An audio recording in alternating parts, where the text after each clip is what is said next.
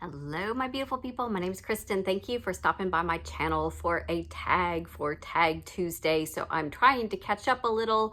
This is the snack book or book snack tag that was originally created by Rosika at Midnight Reader. I will try to leave that original link below, or at least link her channel. I was tagged by the lovely Samantha Barth. I will leave her channel below. Thank you for tagging me. Sorry it's taken me a while, but this is a cute little funsy video that I know several of my friends have done, but I'm going to try again just to catch up and maybe share a fun book that maybe, gets on your radar that should be. So the first prompt is sweet, like a heartfelt kind of book. And I immediately thought of Les Miserables. I know that may not come to everybody's mind as a sweet, heartfelt book because it is dense and has war and the French Revolution going on, but just the characters in it, and particularly Jean Valjean and his passion and heart, taking care of Fantine, looking out for anybody really. I mean, he went out of his way, even the people that were prosecuting him, even Javert, who is hunting him, he still cared about him and, looked out for him as a person and understood why he was even being persecuted. So this is a big, thick, chunky, classic novel, but I'm going to advocate today that it is a sweet snack. Number 2 is salty, one that you just crave and that you really want to read. So the one, I don't have it on my TBR until February, but I keep thinking about it and hoping and dreaming and wanting to get to it. And that is Brandon Sanderson's The Wax and Wayne series.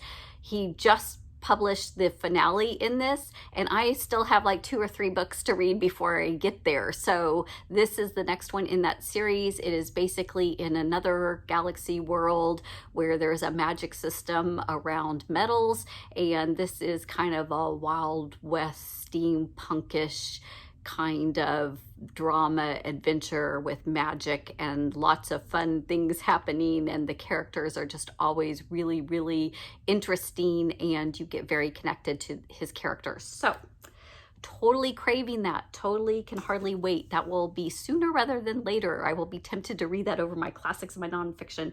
Next is Cheesy. And if you watch my Christmas reviews, I had to grab out of my pile to take to Little Free Library, Joanne's Flukes, the Christmas Cupcake Murder, because there's not even a murder in it. But this is the cheesiest, hallmarkiest book that I have ever read, and I didn't even think it was that great of a book, but the cheesiness was just so entertaining, so entertaining. I just can't even, if you want cheesy, I have heard that this author writes all of her books this way. So when I'm in the mood for cheese, I am totally going to get one of her books, because every once in a while you're in the mood for cheese, right?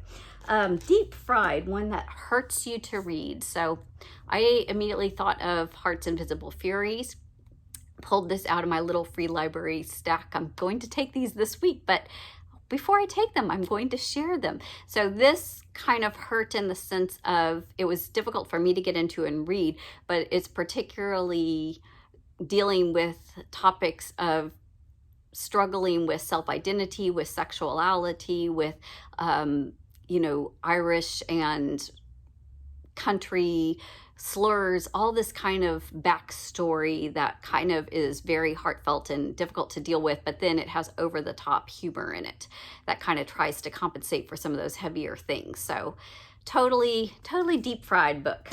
Next is Ice Cold, one that is set in a very cold climate, and I've talked about this book quite a bit because I love it, but it's the only book I could think of that I've actually read in Antarctica. So this is Wilkie Collins. It's a classic, The Frozen Deep. This predominantly is about kind of a love triangle. The men who are fighting for the same girl end up on an expedition in Antarctica. Things are harrowing and life-threatening, and the 2 main characters, men, this was made into a play, and Wilkie Collins and Charles Dickens actually played the 2 parts, and it's just a really fun little bitty short. I think it's only 80 pages, something like that. Yeah, about 90 pages. So read it in one sitting, y'all. Classic. Tick. Love it. cold, ice cold. Next, we have sour, one that you made faces when you were reading it. So my one that I made faces while reading it is kind of a spoiler to my wrap-ups that you will see. That's A Walk in the Woods by Bill Bryson. This is a nonfiction documentary of walking the Appalachian Trail. So there is humor, there is harrowing encounters that could be, very threatening. There's just discomfort, there's grossness, there's the multitude of faces as I'm reading this book. Stay tuned for a fuller review. Next, the healthy snack, one that you read for self-betterment. I left my copy at my office, but I read Mission Possible by Tim Tebow. This was a nonfiction memoir that my husband gifted me for my birthday, and is basically looking for what is kind of that purpose in your life and how do you strive for that and fulfill that and live into that even amidst some of the struggles or difficulties, and how it celebrates several people who had done that. So that's what I'm going. Juicy, one that you really want to share. So I totally want to share. I think I've mentioned a couple times recently what a huge Charles Schultz fan I am. So this is a treasury of a lot of his cartoons that I have that I just open up at random and read. And one that I opened up recently had to do with Christmas. And it's right here. I'll show you, and then I'm just going to read you real quick the little captions because I'm going to share it right now because I think it's shareable. So it's Lucy and Linus. And Linus says, "Oh, don't tell me not again." And Lucy says, "Here's your piece for the Christmas program." And Linus reads, "So the words were spoken through Jeremiah the prophet were fulfilled. A voice was heard in Ramah, wailing and loud laments. It was Rachel weeping for her children and refusing all consolation because they were no more. Good grief." Lucy says, "Memorize it and be ready to recite it by next Sunday." Linus says, "I can't memorize something like this in a week. This is going to take research." Who was Jeremiah? Where was Ramah? Why was Rachel so upset? Why, you can't recite something until you know the who, the where, the why, which I also love this cartoon because I was a theater major. And Lucy says, "I'll tell you the who, the where, and the why. You start memorizing right now, or you'll know who is going to slug you, and you'll know where she's going to slug you, and you'll know why she's going to slug you." And he says, Christmas is not only getting too commercial, it's getting too dangerous. Oh, there it is. My sharing. I don't care who you are. You have to like a little Peanuts. Dee dee dee dee dee dee dee dee dee dee.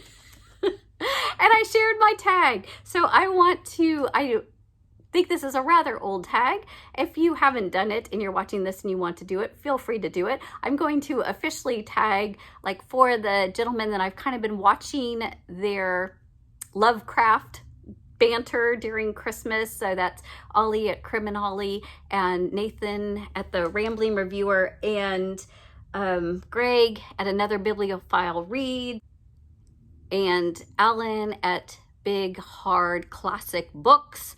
So if y'all would like to do a little snackish tag, that would be awesome. I think this is a good time of year to do snacks and hot cocoa and tea and all that kind of good stuff.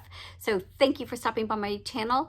Subscribe, leave a comment, be part of the community. I appreciate you. Y'all have an awesome day. Happy reading, y'all.